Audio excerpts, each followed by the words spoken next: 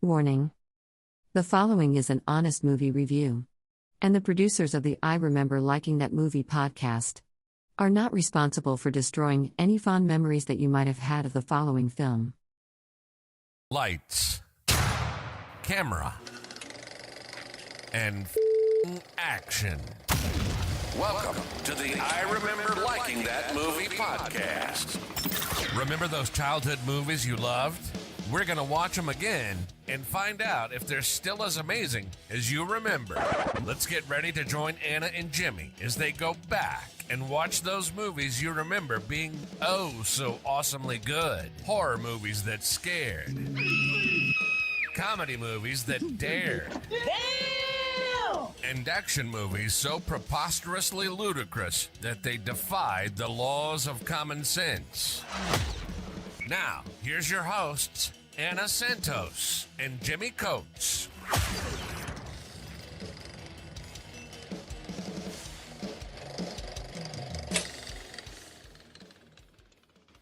Okay. It is October 1st, 1999. The end of the world is coming. Y2K. Yeah, we were that stupid. And Mystery on the record is saying that I was not that stupid. I would just like to say that. You I didn't knew nothing buy it? was going to happen. No, I thought maybe like some computer things might glitch but I wasn't overly worried about it. Okay, continue. Mystery Alaska opened in 1,673 theaters. It was the only new movie released that week with a stacked cast and a budget on the lower end of just $27 million. How could it lose? It opened in fourth place and it bombed. It opened to just over 3 million. It even got more theaters a week later, and that did not help. It closed at just over $8 million. It was in theater for 98 days and made $8 million. Yeah, most of it in a few weeks. By October 21st, 2 or 3 weeks after it was released, it already made 7.8. So for the next 12 weeks, it made another few hundred thousand. So it must have played in maybe Alaska where it was filmed for like those remaining 77 days. Wasn't it filmed in BC? I think so, yeah. But it's supposed to be Mystery Alaska, yeah, where it takes place. We all know if it involves snow, they film it in Canada. Yep. It could not overcome the following movies from first and downward: Double Jeopardy, American Beauty, The Sixth Sense. Just for fun, The Sixth Sense had already been in theaters for 59 days and made $7 million that weekend, ahead of Mystery Alaska. So, Sixth Sense, people were like, we could see a new movie, this Mystery Alaska, or we could see that kid seeing dead people again. That is really only effective the first time you see it. But, yeah. I will say that I remember Sixth Sense being an incredibly good movie. Yes. The first time, like that whole first, that really did it. Like, I mean, I've watched it again. No, I don't think I've seen it twice. But I remember it being really good too. Yeah. But it did beat out Stigmata, Stir of Echoes, Runaway Bride, Star Wars: The Phantom Menace, and The Haunting. The Haunting, we should really totally do that show. It has been so many years since I've watched that. I remember liking, but I have a feeling. I remember liking it too, which concerns me because apparently my memory is shit. Because nothing I remember liking do I still like. Yours, jeez, I'm the one that vetoed and put Steel Dawn on the docket. That's right. You were the biggest cheerleader for Steel Dawn. I was. Patrick Swayze. Look how that turned out. And most of these movies have been out. They were out for the least 24 days. I think was with Stigmata and Stir of Echoes together, released on the same week. And Star Wars was already out for like 130 days. So it beat them. But I do remember enjoying this film a lot. I remember liking it too. Now, I also have a very soft spot in my heart for all sports movies. So that could also play a big part in it. I definitely remember liking it though. Yeah. I really remember liking it. But I also, as far as I remember, it was like an underdog story and it was hockey. And I was like, well, that's it. I love it. And I'm terrible like that. You should see me with the Mighty Ducks. I like the Mighty Ducks. I love the Mighty Ducks. But like everyone else, I did not go to the theaters and see this. I rented this. Oh, no. I waited until it hit television. And like we said, I did go to the theater and see The Sixth Sense. Oh, and I saw that on VHS. Oh, did you? And I did go see Phantom Menace twice. The day it came out, in line for 4 hours, which was nothing compared to some people, but that's a different story. The cast in this movie is phenomenal. Oh, yeah. Like Russel Crowe, who I love, Angerishes and all. I know you're not a huge fan, but I love Russell Crowe. Jay Roach, the director, who did Austin Powers, explains the Mike Myers cameo in this, and Meet the Parents. Who else was in it? Mary McCormack. Coyote Ugly, right? Yes. Yeah. Oh, there's another movie that's probably owner. not as good as I remember. I really remember liking that movie. I don't know if I want to ruin it. Hank Azaria. Who's always awesome. Yeah. Always. Calm Meaney, one of my personal favorite. Yeah. And Burt Reynolds has been a favorite of mine since childhood. Like, Smoking the Bandit, Cannonball Run movies. And I know there are a lot more people in this movie. I just wanted to highlight Scott Grimes because I love him. He has a special place in my heart. And there is another guy in here. You'll probably see him in the preview. I can't remember for the life of me. I can see his face. Oh, that's horrible. That's it. You're fired. Yeah. So what do you remember about, like, I know you said that was hockey. It was snow.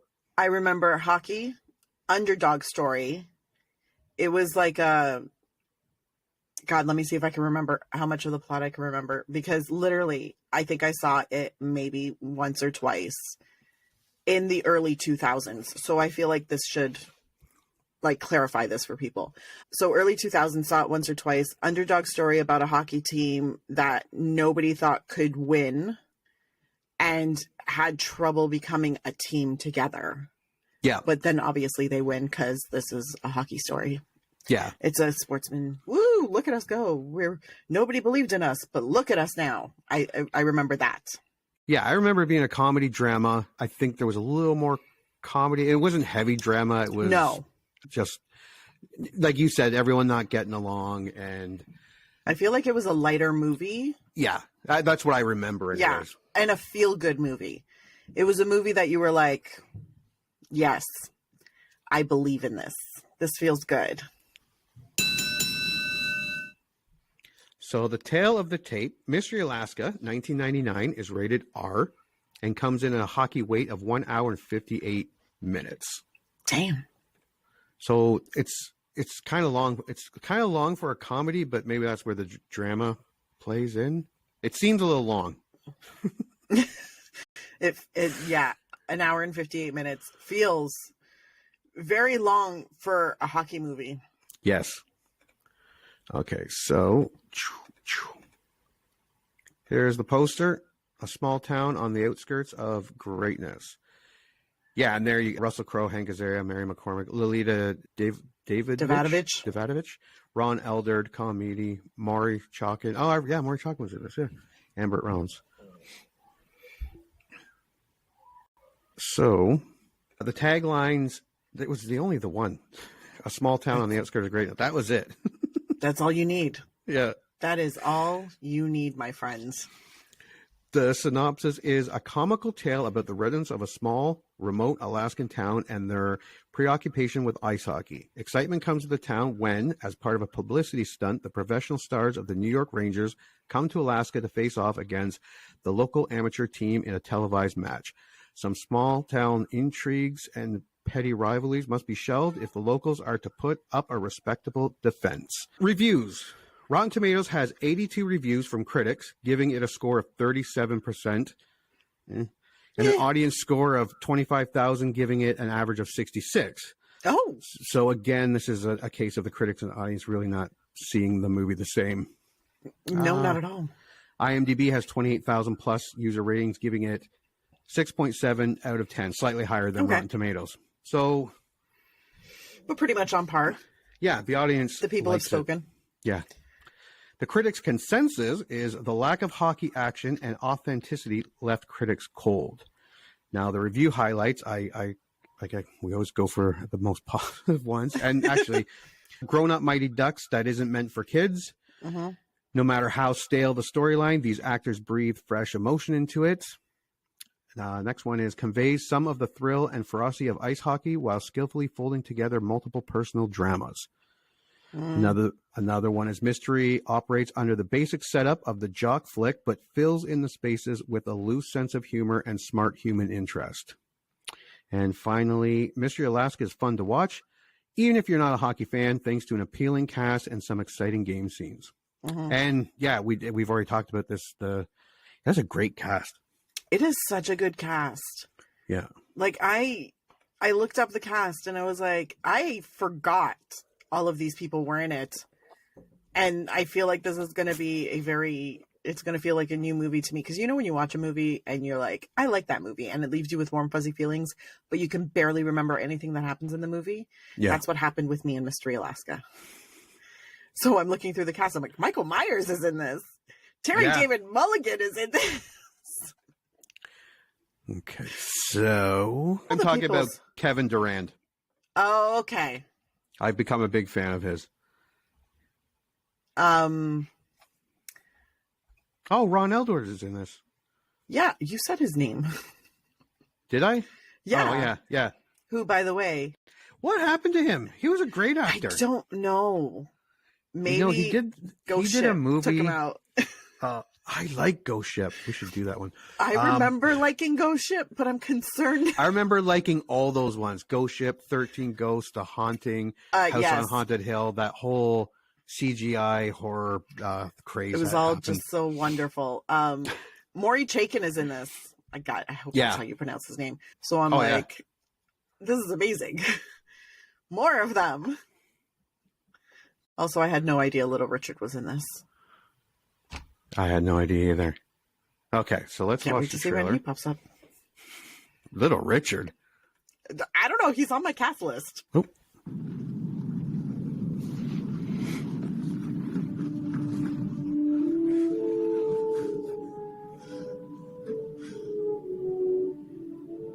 We can't hold Stevie Weeks back any longer. But you'll be first alternate, of course. John, every ex-player turned coach says they prefer coaching to playing. Because they can't play. What do you want this time? I come bearing the New York Rangers. The New York Rangers? In Mystery Alaska. To play against our boys. The NHL feels it'll be great publicity. I don't want to hear another word about a hockey game. We talked about this. Oh, forgive me, Your Honor. In fact... We're playing these guys? We're selling this as a human interest story. The Mystery Boys. We don't know who they are or what they are. All we know is they have poor dental health and can skate like the wind. I don't know how to coach. We're going to make a game of it. It should be you.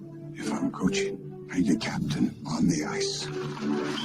The things we've always had in mystery. Our dignity and our illusions. I suggest we cling to both. Big. Not that big.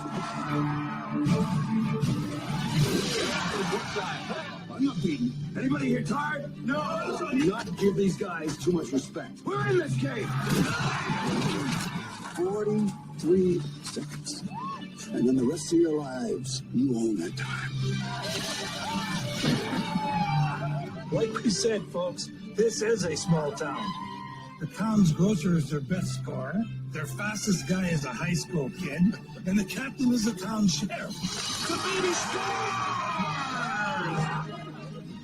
Mystery Alaska. I play hockey and I sleep around because those are the two most fun things in cold weather. How about a quick romp? After you, Steve.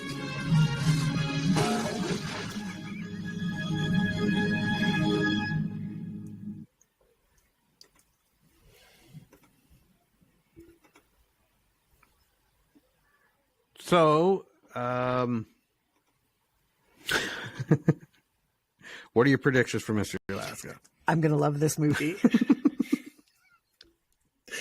I have a lot of forgiveness in my heart for sports movies.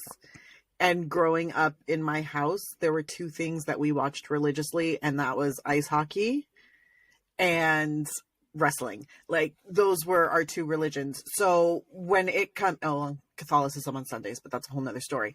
So when it comes to anything like hockey or sports movies, I'm all in like Flynn, and I have a lot of forgiveness for them. So even if this is shit, I'm still probably going to like it.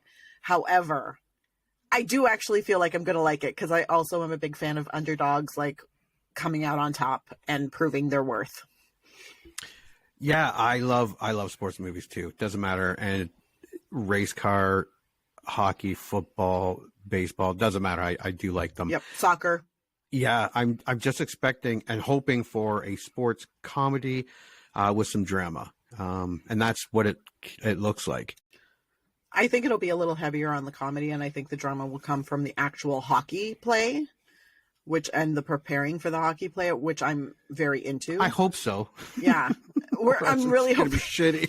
If I come back from this and I'm like, I needed to find a lot of forgiveness in my heart for this movie, I'm going to be mad. I'm not going to lie to you. I'm going to be so mad.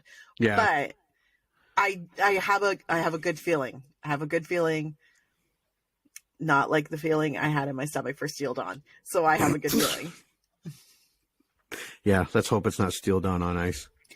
Oh, jeez. Could you imagine? Even the trail. Well, with Steel Dawn, when we saw the trailer, we kind of knew. This movie does look good, and it looks like it's a feel good movie. Yeah, it has all the it hit all the notes in the trailer. I have very high hopes. Yeah. Very, very high hopes. All right, well, let's go watch Mystery Alaska. You heard them. Movie time. Let's all go to the lobby and get ourselves a treat, and then watch a classic kick-ass movie from whenever the one we're about to watch was made.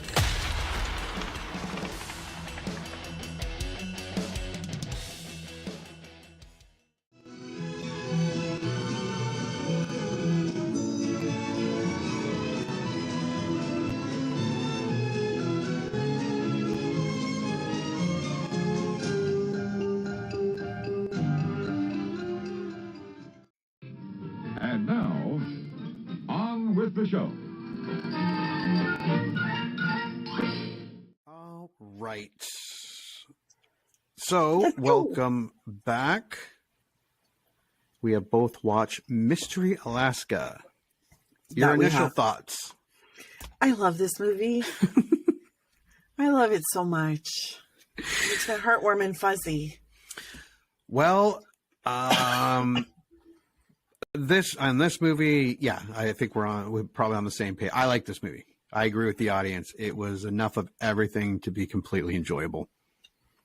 100%. Yeah.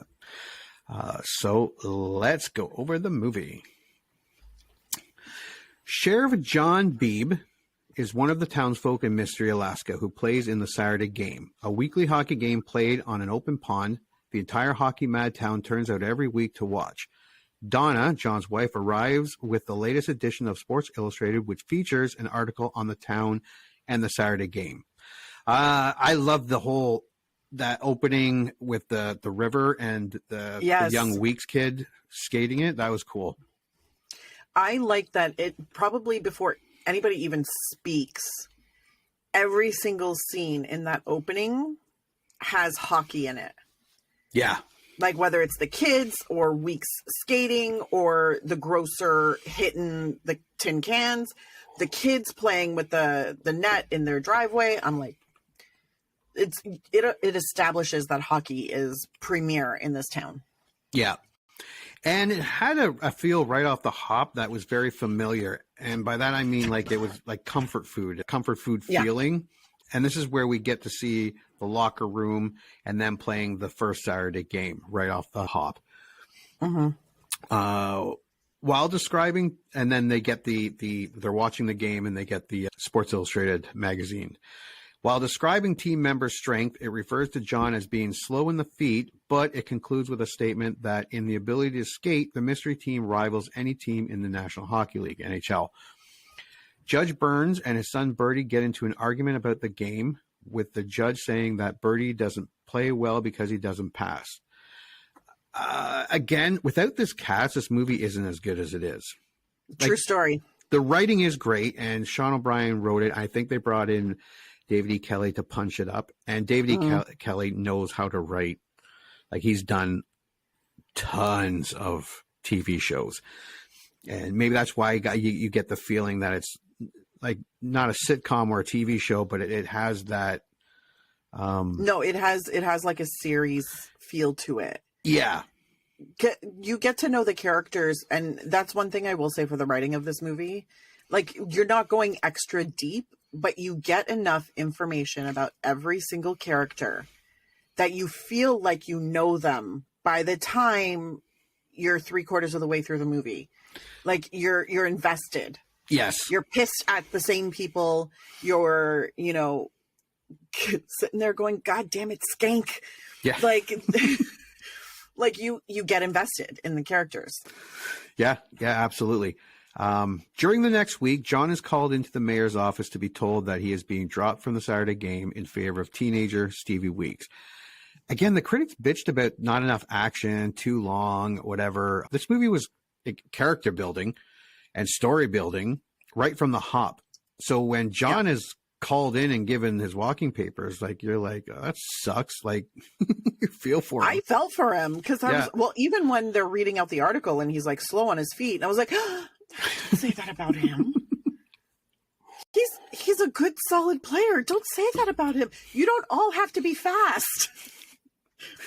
No, there's more than to be just fast, as he points out. Yes, and I was I got invested. And Russell Crowe, I love Russell Crowe. I know you're not the biggest fan of Russell Crowe, but I'm not the biggest fan. Huge fan of Russell Crowe. I think he's an incredibly talented actor. Yeah. I think he's not consistent with showing his talent. Oh, I thought you were going to say he's like a lunatic. I would agree. He's a lunatic in real life. I also think he has like anger issues and maybe a drinking problem. Not confirmed, allegedly. But I mean, like, personally, would I want to hang out with Russell Crowe? Probably not. I do think he's an incredibly talented actor, and I do think he's inconsistent with his performances. That's something that irks me. John congratulates Stevie at the diner, but is called away because Connor, the best player on the team, Banks, the team's best player, has just shot someone. Great little scene like this with all the different characters in town, and they did a lot of this where it was just little characters and they gave them lines and they gave them a little bit of story, like ones that aren't even that important, like just help give the movie, like the town was a character itself type, and bringing in just great character actors. Like, we talked about this before, but Michael McKean, who played the corporate guy, he's a fantastic actor, and he is in tons of stuff just for a little part here. And he was funny. He was funny. The deputy explains that Connor and a representative checking out the town for Price World, a business chain embodying a threat to local business, got into an argument. Connor fired a shot to frighten him, but a bullet ricocheted and hit the rep in the foot. We also, during this time, get to see what old Skank is up to. He's in the thing making fun of Sarah for being fat in the locker room. And then we see that he and the mayor's wife, Mary Jane, are having an affair. And also, can we go on the record as saying that Sarah is not fat? Not even a little bit. I just wanted to put that out there. Go ahead. Keep going. No. They kind of make it that he's saying it just to be funny or whatever in the locker room. Yeah, he made a joke about it because he basically, I think he called her a whale or something, and I was like, oh, harsh. So then when we see her, I was like, is that is he legally blind? He doesn't know shapes and sizes? Like, I don't understand. Yeah. She was adorable. Made me so mad. And then Sarah, Megan Price, she did not have a huge part, and she has been in so many things. So I checked it out. She was in so many things after this movie. Yeah. I mean, she did things before Mr. Alaska, but Grounded for Life, Rules of Engagement, The Ranch, Netflix there. She's been in a lot of TV shows. Yeah. Charlie Danner, the author of the Sports Illustrated article and native of Mystery, arrives at the town hall in a helicopter. Well, he didn't. He showed up. He arrived outside of it. Yeah. He explains that as a result of his article, the NHL suggested that the New York Rangers be brought up to Mystery to play the town town's team in a televised exhibition game. At the town meeting, the mayor reintroduces Charlie, who seems to have been unpopular while growing up in Mystery. Charlie was once romantically connected to Donna. Initially, feelings about the match are mixed, but then Bertie indicates his eagerness to play, and the game is given a rousing endorsement. Later, when John is approached by the mayor, he assumes that he will be invited back onto the team. However, the mayor wants Johnny only to coach. Judge Burns has refused to do so. John says that he doesn't know how to coach. Again, I felt bad for John. Yeah. They just kept being like, you're old and slow. Please coach. Yeah. It's like, so the judge said no? Well, yeah. He's not even the first choice. No, not coach. even no. So if the judge said yes, he would have had nothing to do with it. He would have had nothing to do. He would have been the water boy. And he's such a good character because he does it for the good of the team, to help the town and help the team. Yeah. Connor Banks' arraignment is brought before Judge Burns, and his attorney, Bailey Pruitt, accepts a trial date for the following week. Connor doesn't want a trial so soon because if he loses, he would miss the upcoming game. Bailey tells him not to worry because no jury will lock up the town's star player. We also didn't touch on poor Stevie's unfortunate introduction to sex with Marla. Even sadder for Marla. I wrote a note about this. Hold on, where is it? Does this mean we're done? Yeah. When she said that, I barked out a laugh so loud because I was like, oh my God. And then she just primly like goes back and buttons up her cardigan. And I was like, girl. She did have, because she smiled and said, that's okay. But she did. And then when he turned away and she started, but she did have a very disappointed look on her face. Well, yeah. I mean, she was trying to keep him away from the hoes in town. Yeah. That we're going to try and sleep with him because he's, you know, now on the Saturday team. Yeah. This is amazing. I love this town. I want to live there. And he did feel really bad. Like he was very disappointed in himself. Yes. When it happened, he was like, oh God. Like you could just see the life drain out of him. And you're just like, I know, buddy. It's okay. And also before this, we also see Skank heads over to Sarah's for a quickie, and she knocks him out with the shovel. That was a fun scene with her and the sheriff amazing. Deciding how to handle the whole thing. That was a good scene. And yeah, she is not a whale. No, she was pretty petite. I was like, she's cute. Did you watch Grounded for Life or Rules of Engagement? I never followed them. I would catch them from time to time. I would catch them, but I wasn't an avid watcher. And then I did watch The Ranch, and she was on that. So she's been in some pretty steady paycheck. She's done all right. Her house is paid for. Yeah, I hope so. And then we got the whole locker room trial because someone blabbed outside the locker room. Oh, God, that was one of my favorite scenes. And the number one rule is whatever you talk about. Yeah. Yeah, Skank was given the final say, and the goalie had to skid across the ice in the snowbank. I told her that in confidence. Yeah. No. They're all mad at him. Yeah. He blabbed to his girlfriend. At Connor's trial, Bailey asked the victim, Mr. Walsh, what he thinks of Mystery, and asked him to confirm verbatim transcripts of his disparaging the town. The jury delivers a not guilty verdict. Amid much jubilation, Judge Burns angrily addresses those assembled, telling them that they have exalted the hockey game above what is right, disgracing themselves and his courtroom. Bertie confronts him in his chamber, saying he feels that his father has always been ashamed of him for staying in town to play hockey instead of going to college. I have to say I'm on old Burt's side here. Well, yes. Was it a travesty of justice? Yes. Would it have killed the movie if they had voted it? Yes. But, excuse me, we never get a good enough backstory or explanation for why the judge all of a sudden hates hockey. No. They keep telling us he played hockey like in college. And Double-A. He taught everybody how to skate. Like John says, you taught me how to skate. Like you've taught half the town how to skate. Like they talk about, but nobody says like you hate hockey because of this. They just keep alluding to he never made the Saturday team and that he's pissed about that. I think it alludes to his kid passing on college to stay in town to play hockey. And I'd be pissed too if my did that. And him never making the Saturday team, but his kid did. Yeah. Yeah. I can see but I'm like, I want someone to have a conversation about it instead of people telling the judge. I want the judge to confirm. That's my one gripe. I was like, I just want to hear from him. We never find out. He's so pissed. No, we just hear everybody else's theories.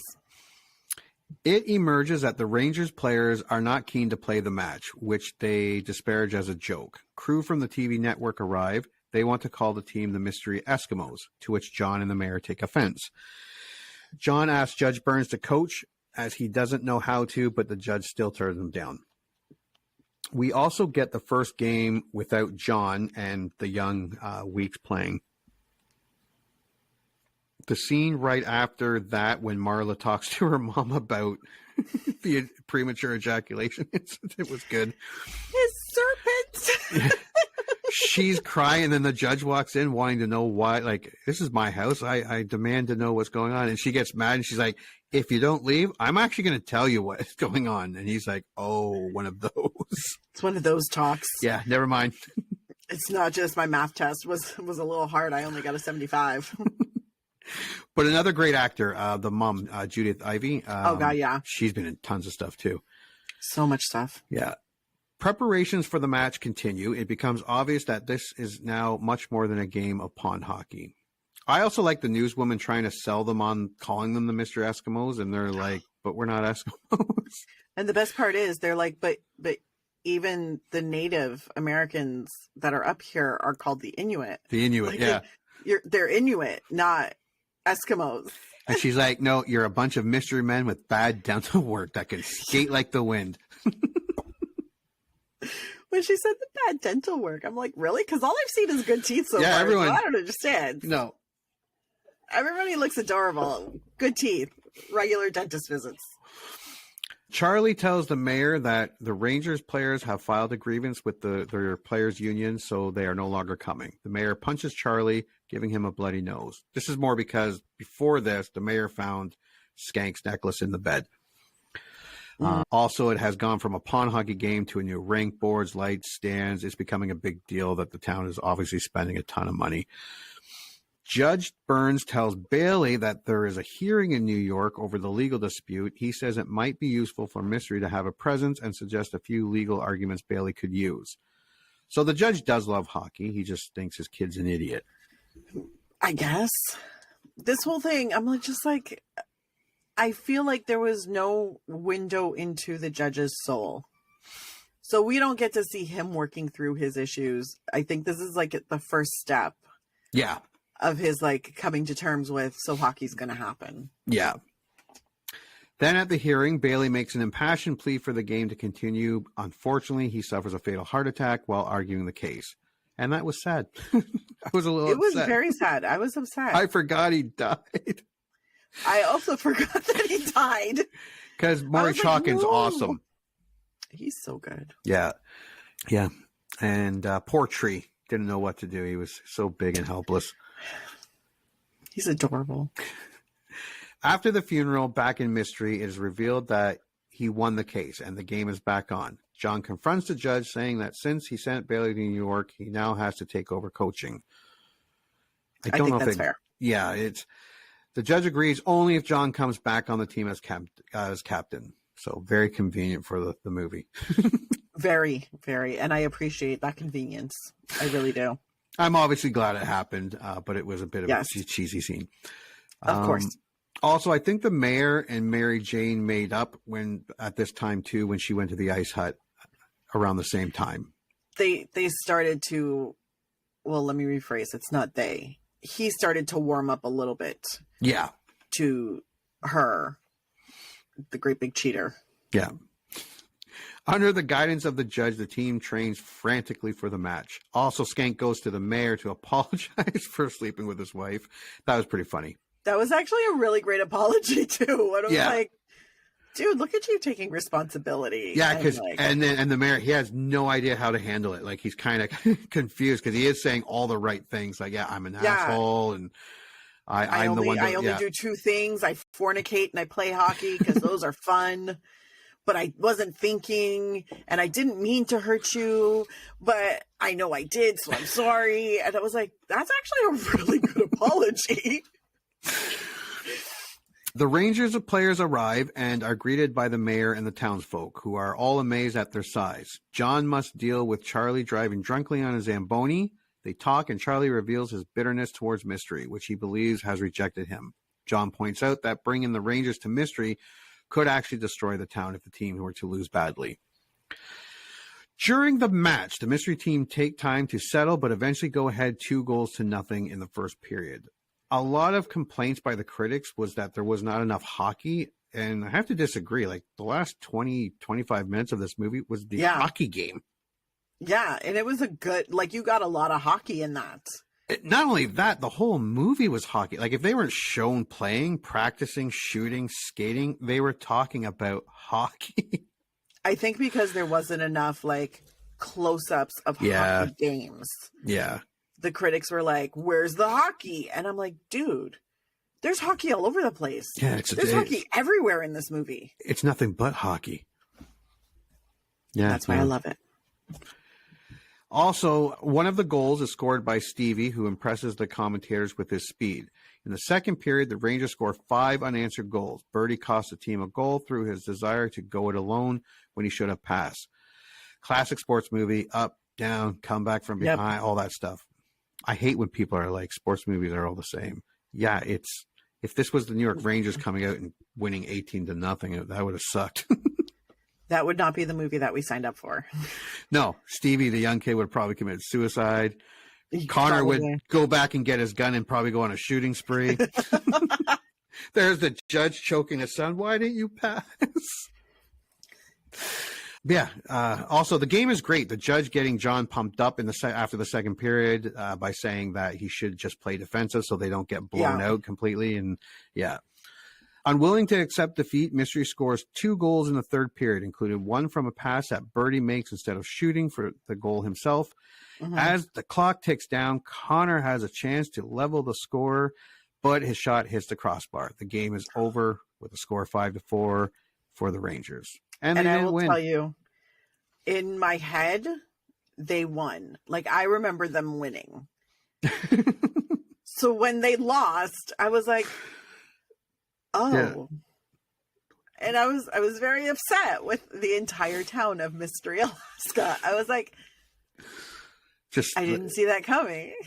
Just standing there like the rest of the townspeople. Pretty much. I was like, what the? But they went the distance. Now. But then you have that moment of, okay, 5-4. Yeah. Against the New York Rangers. Yeah. You're doing fine. Yes. There are other NHL teams that can't even do that. So that is the only way you can make a movie about a team not winning the big game, is going the distance and almost winning. Yeah. Getting really, really close when it's like a David and Goliath story. So like the Rangers were the Goliath, this team was the David, and they went hard. Yeah. And they came really close, but they didn't quite make it. But you know what? It was impressive regardless. They put it all out on the ice. And I respect them for it. And the Mike Myers cameo? See, some people might say that character was superfluous and not needed. Growing up with Don Cherry on my television, I understand why we needed that. Yeah. Yeah. Yeah. I like the rub and tug one. Oh my God, that's amazing. He's so terrible, but it was amazing because like before the game, it was like, nah, man, why am I even here? This is not even worth it. Yeah. After the first period, it was like, oh my God, they're amazing. They're fantastic. Yeah. After the second period, it's like, well, I knew this was going to happen. I knew they were going to get blown out. And then all of a sudden after the third, and you're just like, holy crap. But you're like, yeah, thank you, commentator. Both the Mystery team and spectators appear completely deflated until Judge Byrne claps for them, after which even the Rangers players applaud them. I do think, as someone who flops on the couch and thinks he's better than everyone else when it comes to movies, I think the scene would have been 100 times better if the Rangers started first and not their own town to give them that. I think it would have been better if the people in the town, not the coach. Not the coach. So anybody but the coach. Anybody but the coach. Like if the little kids had, like if John's kids had started clapping. Yeah. Yeah. Someone other than the coach. Someone other than the coach. Because the Rangers wouldn't like, you know, they might start with the sticks once the clapping started. And I get that. Yeah. But they wouldn't have been the ones to be like, you know, yeah, good game. No. Because they're still sitting there going, how did we almost get beat by a bunch of guys from fucking Alaska? Half of them are old enough to be our uncles. Like, what the fuck? Yeah. But no, I didn't like the judge clap. Like, that's the equivalent of like your mom saying you're pretty much cute. Yeah. You're the cutest kid in school. Yeah. Like, you appreciate it, but it has no real world value. No, none at all. It feels like a participation trophy. Yeah. Yeah. You got that participation ribbon stuck on you. Yeah, exactly. Fuck that shit. I want it where it matters. I want the people outside to be like, you played valiantly. Yes. We as a town are proud of you, and we don't need your coach, who probably feels like shit right now, to give you like a consolation clap. We're proud. Yeah, because even when you lose, he still takes you out for pizza.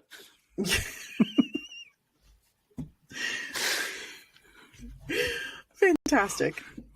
The following day, the Rangers leave. Both Stevie Weeks and Connor Banks have been given minor league contracts, and they fly out with the Rangers. Everyone gets closure, and the movie is over. Yes. Your score or review? I'm going to say 9 out of 10. Wow. It was amazing. It made me feel all the feels. Also, it's a sports movie. And I have a special place in my heart for sports movies. So even if it's a shitty sports movie, I still think it's pretty good. But yeah, no, it fills you with a warm feeling, and it's a good, solid sports movie. No frills, no drama, or at least no deep drama. But it gives you that, you get involved with the characters, you feel that rush. And you're with the characters on the journey, and you feel the disappointments, you feel the celebrations. And I'm like, this is what sports movies are supposed to be about. Yep. It's amazing. Okay, mine is Mystery Alaska is a lighthearted, light on the drama, light comedy movie that plays more to comedy than drama. It's a feel-good movie. It is an ensemble movie, and I dare say every character is perfect in their role. It's not my favorite sports movie, and it's not my favorite comedy movie, but I like the movie. It works from beginning to end. I will definitely watch this movie again. If you like lighthearted comedies with a stellar cast with a heavy emphasis on sports, i.e. hockey, you will enjoy it. If you do not like sports movies or you hate hockey, stay away. This movie's not for you. But I enjoyed the movie. It looked great, acted great, written and directed great. I gave it a 7. Very, really good. I can definitely see why I liked it. And I will definitely watch it again. So why did you like it originally? Same reasons, or was it different? Same reasons. Because this is all I look for in sports movies, is the underdog coming out, showing their mettle, and being like, I got this. It's my favorite kind of sports movie. Yeah. I love it when they overcome obstacles. So I'm like, it speaks to my soul. Yeah, and I'm saying same reason I like it now. It was just well done. It was a well done sports movie. Yeah, a comedy. It's a solid movie overall. I don't think I was as impressed with the actor lineup back then as I am now. I don't think I really noticed as many of the actors as I did back then, like as I do now. If you liked it then, I think you most definitely will like it now. Oh yeah, 100%. And if for people that haven't seen it, it's a good watch. It's a good, warm, fuzzy, like it's perfect for a night when you just want to stay home, chill, laugh a little bit, feel good, like nothing heavy. There's too much heavy. When there's too much heavy in the world, this is the kind of movie that you watch with a pizza. Yeah, this isn't an overly serious movie. No, not even a little bit. No. Could it be rebooted or reimagined today? I wouldn't. There's no point. No, it'd be hard to get a cast like that. I mean, you could, but I don't know. You could remake it, but there's no reason to. Like, I guess you could do it, but I don't see why you would want to. Like it made no money, so it's never going to happen. Yeah, but it still stands up.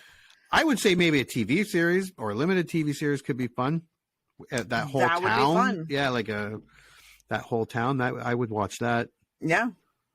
So a 9 and a 7. Yeah. No, it was. I really like that movie. Yeah, no, it was a great movie. I'm probably going to put it into my rewatch rotation because it is one of those, like, I just want to chill tonight kind of movies. You feel good about the world until you wake up and watch the news. Yeah. Yeah. And then it's all dumpster fire, but it's fine. Yeah. Yeah, but for almost 2 hours. But for about 2 hours, it. you forget about it. You eat some carbs, put some cheese, and then you're good. Yeah. For 2 hours. Okay. Well, that's it. Yeah. Thanks for listening. Till next time. Congratulations. You just had one of your childhood movie memories vindicated. Or they just eviscerated it. I don't know. This is a generic one-size-fits-all type of ending to the podcast. So thank you for listening, and please join Anna and Jimmy next time for another episode of the I Remember Liking That Movie podcast. If you dare to go back and watch that movie you remember liking,